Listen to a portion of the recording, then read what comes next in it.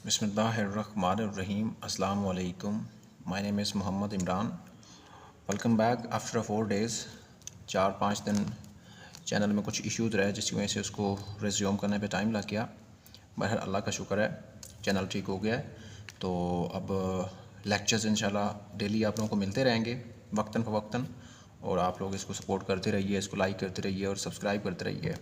आप लोगों की जो मोटिवेशन होती है, जो आप लोगों की शेयरिंग होती है, वो डिसाइड करती है कि चैनल का फ्यूचर क्या होगा और टीचर जो है ना वो उसकी इनकरेजमेंट क्या रहेगी।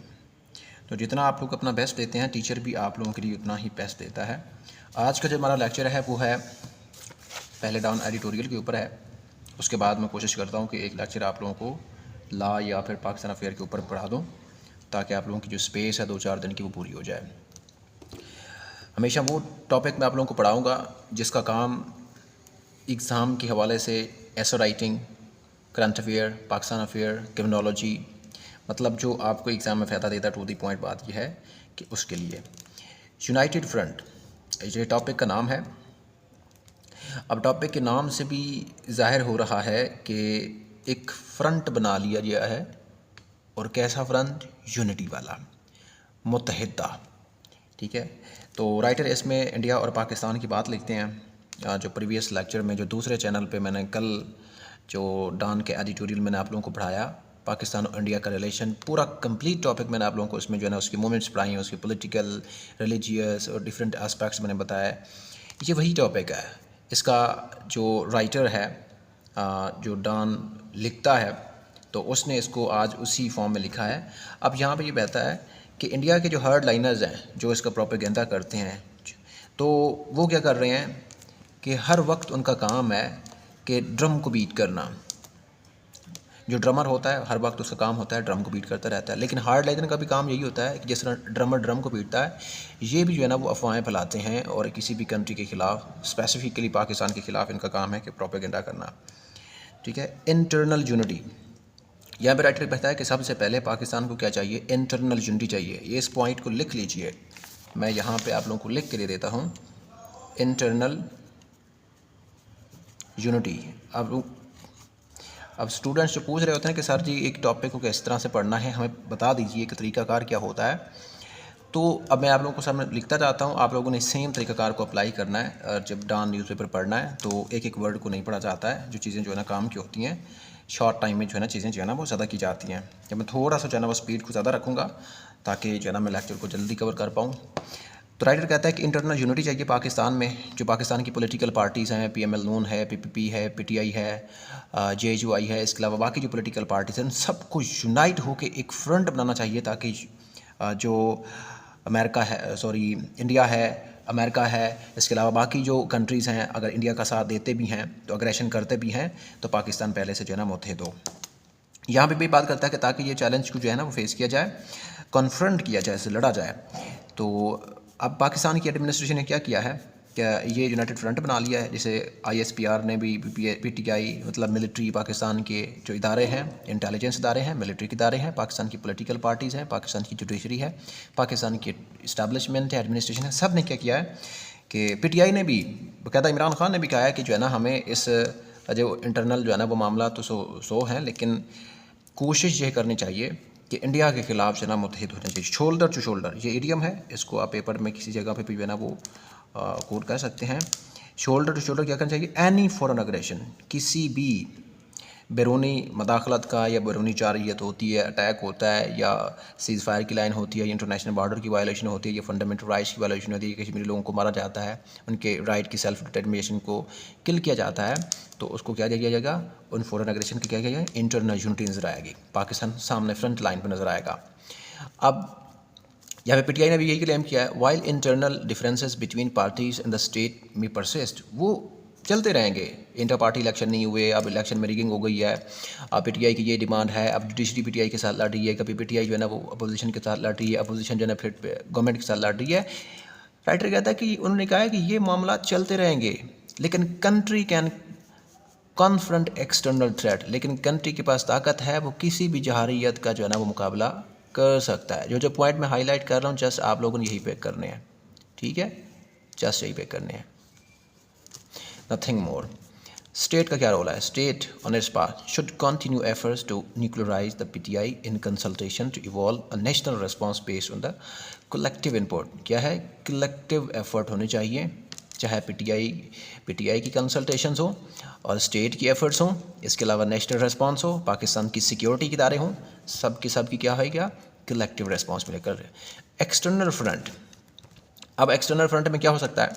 एक्सटर्नल से आप ले सकते हैं कि पाकिस्तान के वो वाले लोग, वो वाले लीडर्स, पॉलिटिकल हों, चाहे रिलीजियस हों, चाहे डिप्लोमेटिक हों, जो इंटरनेशनल लेवल पे जो है ना वो पाकिस्तान को रिप्रेजेंट करते हैं, जिन्हें यूनाइटेड नेशंस जनरल असम्बली है, सिक्योरिटी काउंसिल है, रशिया है, चाइना है, इसके अलावा बाकी ममालिक में जो लोग हैं। एक्सटर्नल फ्रंट का मतलब यहाँ पर ये है कि पाकिस्तान उस जो है ना वो लेवल को यूज़ करे, डिप्लोमेटिक, कौन सा लेवल? डिप्लोमेटिक आउटरीच को यूज़ करे ताकि इंडिया के इस क्लेम को किया जाए, काउंटर किया जाए। इंडिया ने जो प्रोपेगेंडा किया है पहलगाम का, इसको काउंटर किया जाए और उसको जो है ना वो कटहरे में लाया जाए। कौन सा कटहरा? एविडेंस बेस्ड ट्रुथ की तरफ लाया जाए। तो ये पाकिस्तान का जो एक्सटर्नल फ्रंट है ये भी जो है ना रोल प्ले कर रहा है। पहला क्या था? इंटरनल यूनिटी, दूसरा क्या है? External front. ये 2 पॉइंट हो गए। इसके अंदर ये लिखेंगे 3-4 पॉइंट और इसके अंदर ये लिखेंगे जो आगे चल रहा है। इसमें क्या करना चाहिए? यूनाइटेड नेशन सिक्योरिटी काउंसिल को जो है ना रोल प्ले करना चाहिए। प्रीवियस लेक्चर में मैं आप लोगों को पढ़ा चुका हूँ, जिसमें मैंने कहा कि GCC, गल्फ कोऑपरेशन काउंसिल को भी क्या रोल प्ले करना चाहिए? D escalation. बस एक ही वर्ड है, डी एस्कलेशन जो है ना वो करनी चाहिए, नेगोशिएट करना चाहिए। ये इंटरनेशनल इदारे हैं, इंटरनेशनल ऑर्गेनाइजेशंस हैं, इंडिया को प्रेशराइज़ करें कि अगर इस खित्ते में अगर डी एस्कलेशन होती है तो ये खित्ता नहीं पूरे बल्कि इस रीजन से ग्लोबल वार हो सकती है। पहले यूक्रेन, गाज़ा जो है ना वो जल के राख हो चुके हैं। तो ये राइटर कहता है।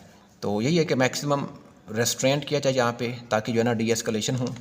तो रशिया भी अपना यहाँ पे रोल प्ले कर सकता है, GCC भी रोल प्ले कर सकती है। क्या रोल प्ले कर सकते हैं? Dialogue and de-escalation. बस सब इतना ही वर्ड है। आप लोगों ने 3-4, यूनाइटेड नेशन सिक्योरिटी काउंसिल है, यूनाइटेड नेशन जनरल असम्बली है, रशिया है, यहाँ पे UNO की बात कर सकते हैं, एंटोनियो गुतरस की बात कर सकते हैं, GCC है, चाइना है, ये सारे के सारे क्या करें? डी एस्कलेट करें, डाइवर्ट।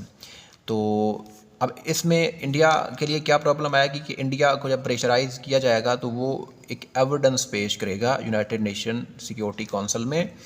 इंडिया से पूछा जाएगा कि हाँ भाई, जो आपने पहलगाम का इंसिडेंट के बारे में जो है ना वो पाकिस्तान के ऊपर ब्लेम किया, पाकिस्तान कहता है कि ये ब्लेम है, पाकिस्तान की नेशनल सिक्योरिटी को थ्रेट दिया है, परसेप्शन दिया है, प्रोपेगेंडा किया, मिस इन्फॉर्मेशन फैलाई है, तो आए और इस कटहरे में और एविडेंस दें। तो क्रेडिबल एविडेंस की बात होगी, जो उनके पास होगा नहीं, तो यहाँ से पाकिस्तान जो है ना अपना मौक़िफ़ रखेगा, जहाँ से इंडर वाटर्स ट्रीटी जो है ना वो रिवाइव हो सकता है। जो इन्हें सस्पेंड किया है तो यूनिलैटरली सस्पेंड नहीं हो सकता, क्योंकि वर्ल्ड बैंक ने दोनों कंट्रीज़ को म्यूचुअली जो है ना ये एग्रीमेंट हुआ था, जिसमें से 80% वाटर जो है ना पाकिस्तान को मिलता है और 20% वाटर जो है ना वो इंडिया को मिलता है। पिछले लेक्चर में पढ़ा चुका हूँ। फ्लो नहीं रोक सकते, लेकिन उन्होंने फ्लो रोका है चनाब का भी। तो हार्ड लाइनर का यही काम है कि वो सोशल मीडिया को यूज़ करके पाकिस्तान के खिलाफ प्रोपेगेंडा फैलाते हैं। तो पाकिस्तान को तीसरा पॉइंट क्या चाहिए? रिस्पेक्टेबल मीडिया होना चाहिए, रेस्पेक्टेबल मीडिया आउटलेट्स होने चाहिए, ना सिर्फ पाकिस्तान में बल्कि फॉरेन कंट्रीज़ में भी ऐसा मीडिया हो जो पाकिस्तान को एक्सटर्नल लेवल पे जो है ना रिप्रेजेंट करे। तो 4 पॉइंट तकरीबन हमने पढ़ ली है कि इंटरनल यूनिटी होनी चाहिए, एक्सटर्नल फ्रंट होना चाहिए, मीडिया को जो है ना क्रेडिबल होना चाहिए, एविडेंस बेस्ड जो है ना वो पॉलिसी होनी चाहिए, और इंटरनेशनल जो है ना इदारों को यूज़ करके पाकिस्तान इस जो है ना वो एस्केलेशन को जो है ना वो रोक सकता है। अब आप लोगों के पास क्वेश्चन कोई भी आता है कि पाकिस्तान के इंडिया के साथ रिलेशंस क्या हैं, या पाकिस्तान के एक्सटर्नल रिलेशन क्या हैं, पाकिस्तान की इकोनॉमी ग्रो क्यों नहीं कर रही, पाकिस्तान का एजुकेशन सिस्टम क्यों वीक है, पाकिस्तान में टेररिज्म क्यों है, पाकिस्तान में सिक्योरिटी प्रॉब्लम्स क्यों हैं, पाकिस्तान में एक्सट्रीमिज़म क्यों है, पाकिस्तान के फॉरेन एक्टर्स के साथ क्या रिलेशनशिप्स हैं, पाकिस्तान के अंदर इन्वेस्टमेंट क्यों नहीं आ रही, पाकिस्तान पीस की तरफ क्यों नहीं जा रहा। भाई सारे प्रॉब्लम जहाँ पे आप लोग हाईलाइट कर सकते हैं कि इंडिया फैक्टर में आप लोग लिख सकते हैं इंडिया ट्रीटी की वायलेशन कर चुका है, सीज फायर लाइन की वायलेशन कर चुका है, पहलगाम का मॉडल आप दे सकते हैं, ठीक है ना। मिस इन्फॉर्मेशन का मॉडल देना, मिस इन्फॉर्मेशन का मॉडल देना है, ठीक है। पहलगाम का इंसिडेंट को मिस इन्फॉर्मेशन के साथ लिंक करना है कि ये मिस इन्फॉर्मेशन किया है कि पाकिस्तान की नेशनल सिक्योरिटी के ऊपर जो है ना इसने जो है ना क्वेश्चन उठाया है, ठीक है। तो ये इस तरह से कर सकते हैं। दूसरा जो टॉपिक है वो है इकोनॉमी का है, जिसमें कोर्सिव टैक्स पे पावर्स की बात हो रही है। इसमें एक अमेंडमेंट होती है, सरसरी मैं आप लोगों को बता देता हूँ। इस अमेंडमेंट को आप लोगों ने याद रखना है। 2025 में ऑर्डिनेंस अमेंडमेंट होती है, टैक्स लॉज प्रोमलगेशन ऑर्डिनेंस 2025। कहाँ पे होती है?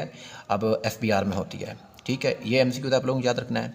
अच्छा, FBR का अब काम क्या है? ये टैक्स को कलेक्ट करता है, और टैक्स की कलेक्शन क्या होती है, रेवेन्यू बनता है, और रेवेन्यू से क्या होता है, इकोनॉमी बनती है। इकोनॉमी में आगे बजट डिसाइड होता है, क्योंकि पाकिस्तान का भी बजट अगले महीने में बनने वाला है। तो इसलिए जो है ना वो यहाँ पे एक आर्डिनेंस जो है ना वो एक नाफिज किया जाता है, कि अमेंडमेंट की जाती है, एक लॉ जो है ना वो प्रोसीड किया जाता है, जिसमें ये लॉ में क्या हो सकता है कि जो बैंक के अंदर जो लोगों का पैसा पड़ा है, जो लैंडलॉर्ड्स हैं या जो भी हैं, उनके बैंक्स के अंदर जो इलीगल अमाउंट है उनको फ्रीज़ किया जा सकता है।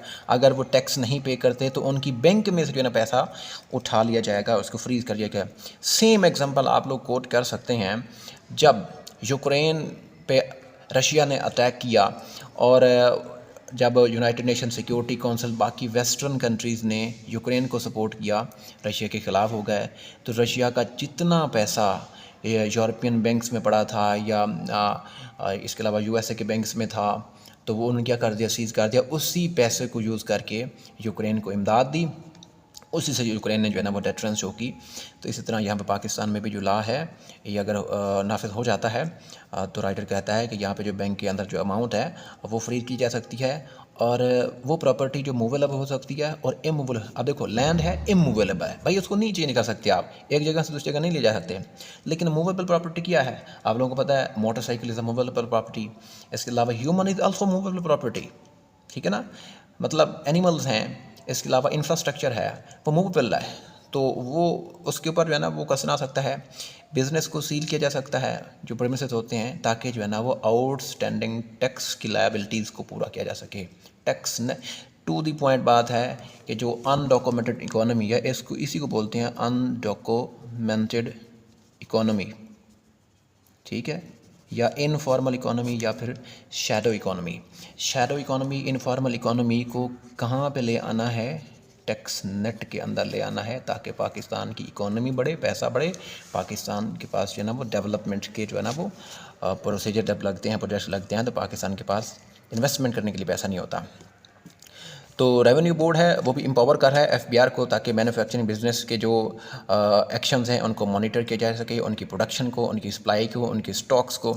ये बात करता है। यहाँ पे एक और बात करता है, अब यहाँ पे जब जैसे ये अमेंडमेंट होती है, तो जो ट्रेडर्स हैं, जो इन्वेस्ट करते हैं, जिनकी जो है ना बिज़नेस है, जिनकी इंडस्ट्रीज़ लगी होती हैं, वो कहते हैं कि आर्टिकल जो है ना वो 10A जो है कॉन्स्टिट्यूशन का, उसकी वायोलेशन है। तो हम जो है ना वो कोर्ट में जाएंगे, कोर्ट में जाके अपील दायर करेंगे कि हमें जो है ना वो फंडामेंटल राइट्स दिए जाएँ, ताकि हम इसका फेयर ट्रायल कर सकें, इसको चैलेंज कर सकें कि ये जो है ना वो गलत है, ठीक है ना। तो ये आप लोगों ने ये MCQ यहाँ पर याद करना है कि आर्टिकल 10A किस चीज़ के बारे में है। ये करंट अफेयर का क्वेश्चन है, ठीक है, यहीं से चीज़ें आती हैं, फ्रेश जो आती हैं। तो ये उन्होंने कहा है। तो यहाँ पर लास्ट पे एक सॉल्यूशन एक और भी लिखा हुआ है इस टॉपिक के अंदर, यहाँ पे बाकी इसमें कोई ख़ास बात नहीं है, बाकी रिपीटेड है कि inequitable and corrupt tax system जो पाकिस्तान का था, ड्रैगिंग डाउन ग्रोथ इन्वेस्टमेंट, वो क्या कर रहा था, ये प्रॉब्लम था, ये है प्रॉब्लम कि पाकिस्तान की इकोनॉमी ग्रो क्यों नहीं कर रही। पाकिस्तान का जो टैक्स सिस्टम है वो इनइक्विटेबल है और करप्ट है। गरीब के ऊपर जो है ना टैक्स लगाता है, पुअर के ऊपर टैक्स नहीं लगाता, ठीक है। एलीट क्लास जो है ना वो फ्री रह जाती है, लेकिन जो टीचिंग क्लास है, ठीक है ना, टीचिंग सिस्टम के ऊपर भी आप लोग यहाँ पे एग्जांपल दे सकते हैं कि टीचर की सैलरी के ऊपर टैक्स लगाया हुआ है। लेकिन अब जो इसका सोल्यूशन किया है कि new coercive model measures will create more compliance enforcement challenges that solve the existing one. इन प्रॉब्लम्स को सॉल्व कर सकता है अनडॉक्यूमेंटेड इकोनॉमी को डॉक्यूमेंट के अंदर। अब देखो, इकोनॉमी का प्रॉब्लम क्या है, सीधा सीधा आप कह सकते हैं कि जो है ना एफबीआर का स्ट्रक्चर है ओवरवेटेड है, इनइक्विटेबल है, वो जस्टिस नहीं करता। तो क्या करना चाहिए, जस्टिस बनाने के लिए पाकिस्तान ने जो है ना ये अमेंडमेंट किया। ये अमेंडमेंट पाकिस्तान के लिए जो है ना वो कोहर्सिव मॉडल है, सस्टेनेबल है। इससे जो है ना वो जो लोग टैक्स नहीं देते वो टैक्स देंगे, टैक्स देंगे तो वो इकोनॉमी बढ़ेगी, रेवेन्यू जनरेट होगा, रेवेन्यू जनरेट होगा तो पाकिस्तान जो है ना वो फ्लरिश कर सकता है। बस इतने से दो प्रॉब्लम, एक सोल्यूशन है, बस, नथिंग मोर। लास्ट पे ब्लॉक ऑनलाइन सिस्टम की यहाँ पे बात होती है।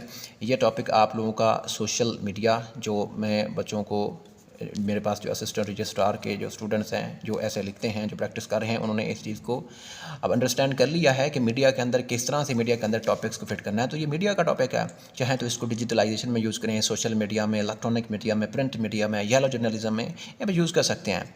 अब राइटर यहाँ पे कहता है कि इंडिया ने क्या किया है कि पाकिस्तान के जो बड़े बड़े चैनल्स थे, चाहे वो यूट्यूब के चैनल्स थे, सोशल मीडिया के चैनल्स थे, इसके अलावा पाकिस्तान के जो स्टार्स थे, या वो सपोर्ट स्टार हैं या पॉलिटिशियंस हैं, इसके अलावा जो कॉमेडीज़ हैं, फिल्म स्टार हैं, फिल्म इंडस्ट्री के स्टार हैं, उन सब के चैनल जो है ना वो इंडिया ने ब्लॉक कर दिए हैं, बैन करवा दिए हैं। मतलब जो ओनर है उसको जो है ना वो रिक्वेस्ट की है कि पाकिस्तान की नेशनल सिक्योरिटी के लिए थ्रेट है, ये प्रोवोकेटिव जो है ना वो चीज़ें फैला रहे हैं, तो इनकी पोस्टिंग को फेसबुक पे, इंस्टाग्राम पे इनको रोक दिया जाए। तो ये मोदी का रिजीम चेंज है। तो यही बात यहाँ पे लिखता है कि मोदी रिजीम ने क्या किया है, बैन करवा दिया है popular social media accounts from Pakistan, जिसमें क्या क्या शामिल हैं। ये पाकिस्तान के खिलाफ ऑफेंसिव है, जिसमें स्पोर्ट्स स्टार्स हैं, पॉपुलर सेलिब्रिटीज़ हैं और न्यूज़ चैनल्स हैं। आप लोग देखते हैं कि अब जो है ना वो VPN यूज़ करके जो है ना वो लोग उसको सुन रहे हैं, और पॉलिटिशियंस हैं। ये बात है क्यों किया है कि उन्होंने ये किया है कि पहला तो जो है कि withheld their post after declaring their content too provocative, कि कहाँ पे media ordering social media companies, उनको ऑर्डर किया है, उनको रिक्वेस्ट की है, उनको एप्लीकेशन दिया है कि ये जो है ना कंटेंट है इंडिया की नेशनल सिक्योरिटी के लिए है और ये प्रोवोकेटिव स्टेटमेंट्स दे रहे हैं, जैसे इनको बैन कर दिया जाए।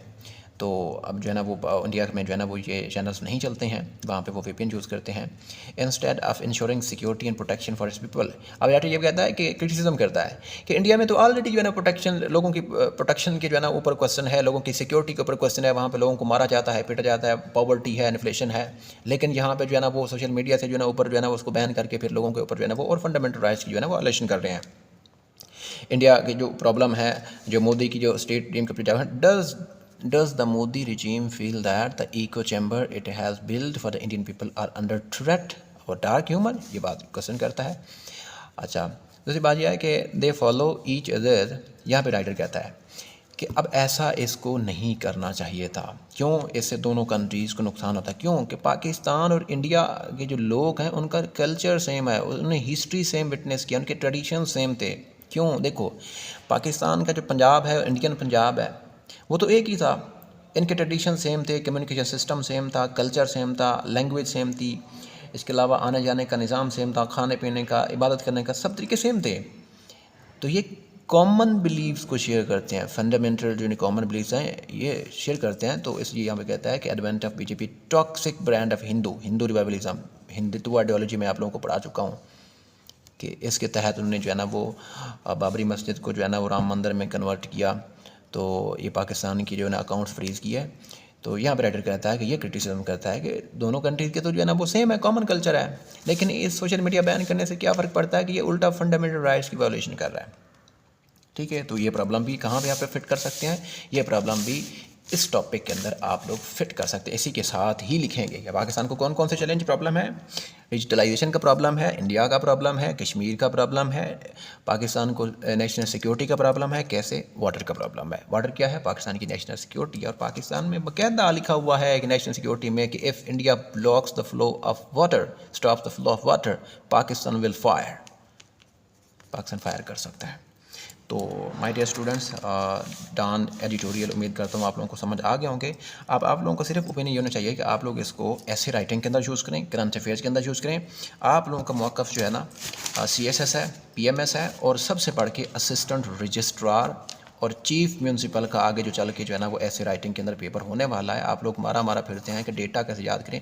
बहुत अच्छी वेबसाइट्स आप घूम लेना, 10 आर्टिकल पढ़ लें, इससे बेहतर है कि आप लोग एक छोटा सा जो है ना वो ओपिनियन सुन लीजिए। इसको यहाँ से जो चीज़ें मैं आप लोगों को बता रहा हूँ सीधी सीधी एक्सपेक्ट कीजिए। अब मैंने सिर्फ आप लोगों को 8-10 पॉइंट बनाया। अगर आप लोग इस लेक्चर को 2 की स्पीड पर चलाते हैं, आप लोगों को जो है ना 9 मिनट के अंदर या 10 मिनट के अंदर ये सारे के सारे पॉइंट्स आप लोग जब सुन लेंगे ना, सीधे सीधे आप लोग कॉपी कर लेंगे और सीधे सीधे लिख सकेंगे। आइडियाज़ की मैच्योरिटी चाहिए, कंटेंट नहीं चाहिए, क्वालिटी चाहिए।